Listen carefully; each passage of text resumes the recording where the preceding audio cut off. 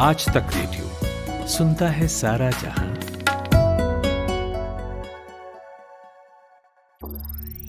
ज्ञान ध्यान।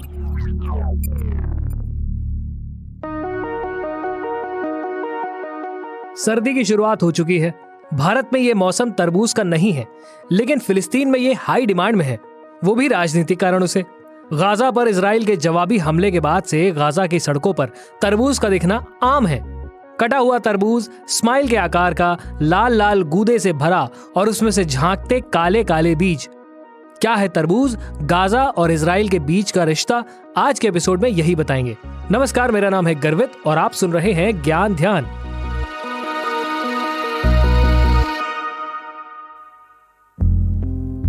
इजराइल सैन्य रूप से एक मजबूत देश है। उसके पास हाईटेक मिसाइलें हैं।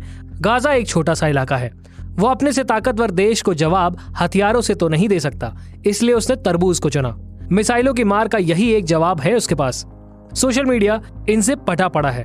दो खेमों में बटी दुनिया में जिसे फिलिस्तीन का साथ देना है, जिसके दिल में उसके लिए हमदर्दी है, तो जरूरी नहीं कि वो देश अपना सपोर्ट पैसे या अन्य संसाधनों के जरिए ही कर सकता है। इसके लिए एक तरबूज भी काफी है, या उसकी एक फोटो इमोजी भी काफी है।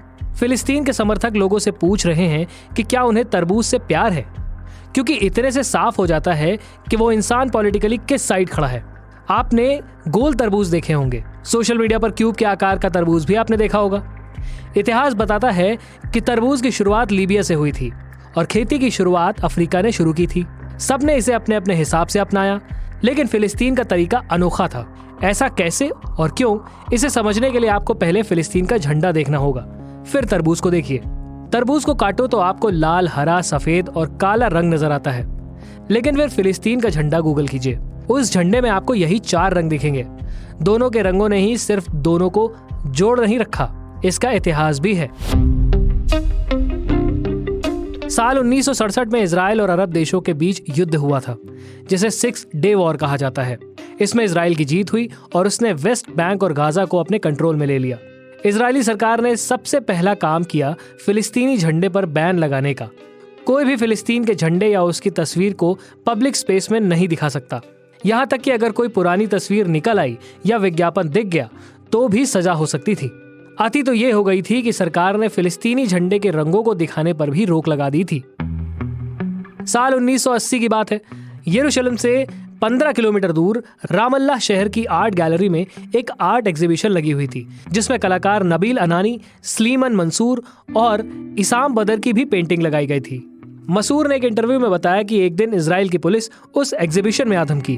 पुलिस ऑफिसर ने कहा कि फिलिस्तीन के झंडे की पेंटिंग नहीं बनाई जा सकती, झंडों में जो रंग है उनका भी इस्तेमाल नहीं हो सकता। मंसूर की माने तो पुलिस ऑफिसर ने उनसे कहा कि तुम लोग पॉलिटिकल पेंटिंग क्यों बना रहे हो, क्यों नहीं खूबसूरत फूलों की तस्वीर बनाते। इस पर मंसूर ने पूछा कि अगर हम लाल, हरे, काले और सफेद रंग से फूल बनाए तो? उस पुलिस अधिकारी ने भड़कते हुए जवाब दिया कि उस तस्वीर को जब्त कर लिया जाएगा। अगर तुमने तरबूज बनाया तो उसे भी उठा लेंगे। उस पुलिस वाले को भी कहाँ पता था कि उसकी कही बात फिलिस्तीनियों के हाथों में तरबूज पकड़ा देगी, जो सोशल मीडिया के दौर में पूरी दुनिया में फैल जाएगा। खैर, 1993 में दोनों देशों के बीच ओस्लो समझौता हुआ। फिलिस्तीनी लिबरेशन ऑर्गेनाइजेशन को मान्यता मिली। तब दशकों पुराने विवाद को सुलझाने के लिए प्रयास किए गए और उसी दौरान इजराइल ने फिलिस्तीनी झंडे पर लगे प्रतिबंध को हटा लिया, लेकिन तब तक तरबूज अपनी जगह बना चुका था। फिलिस्तीन में इंटरनेशनल आर्ट एकेडमी के को फाउंडर खालिद होरानी तो इसे अलग ही लेवल पर ले गए। उन्होंने जॉर्डन, फ्रांस और स्कॉटलैंड के बड़े शहरों में तरबूज से जुड़ी प्रदर्शनी लगाई।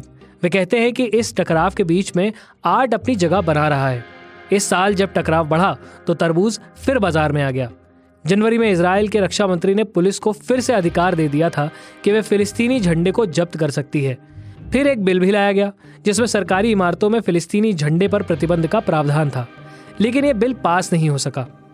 तब तक लोगों ने अपने तरबूज तैयार कर लिए थे।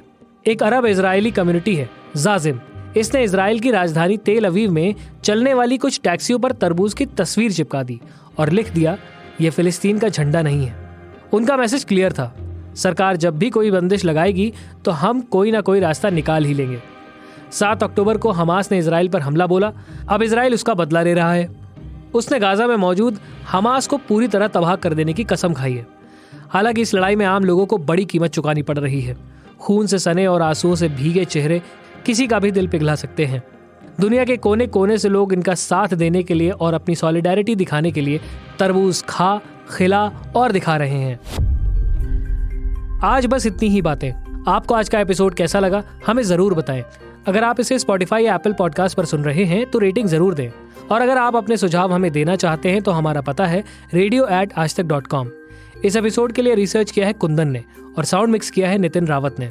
आप सुन रहे हैं मुझे यानी गर्वित श्रीवास्तव को। मिलते हैं किसी और पॉडकास्ट में।